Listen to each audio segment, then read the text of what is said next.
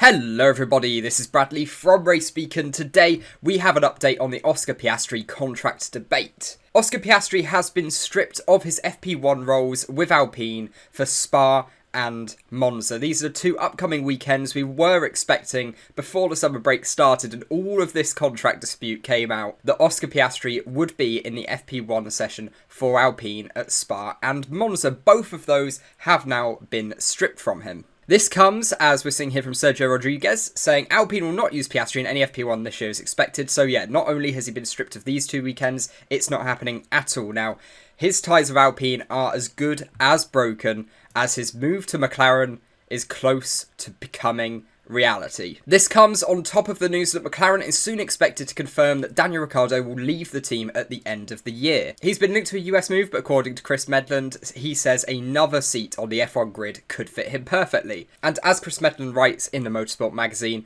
it is Renault or Alpine, which is the expected destination for Ricciardo, despite those US links. And I don't want to completely rule out him moving to the US because that is very much a possibility. It's a country that he absolutely loves. He makes no secret of that every time we head over to the States. What we're also seeing though is on top of this a bit of news that as they were convinced of Fernando staying, Alpine were working on a special edition car, the A110 Alonso, as special gift for the double champion when he renewed his contract, which obviously we didn't see happen. The model was expected to be released at the Japanese Grand Prix. But as we head back to the main news, Oscar Piastri has been stripped of these, which means this is a very short video, but it's as good as done. That move to McLaren now seems to be as good as done for Oscar Piastri. Now, what we have to wait and see is if McLaren will find a way to get him in for an FP1 session when that contract starts with McLaren, when that comes into effect. We really don't know yet, because if that contract with Alpine has now completely already been broken off,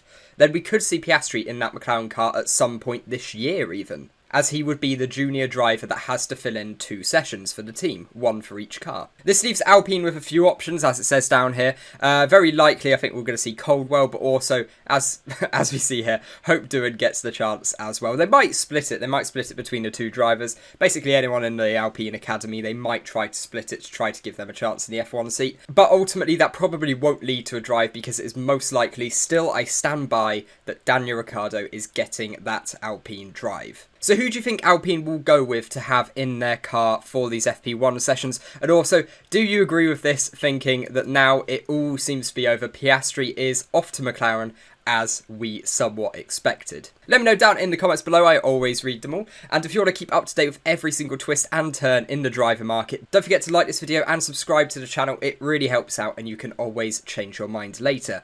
But guys, as ever, until next time, goodbye.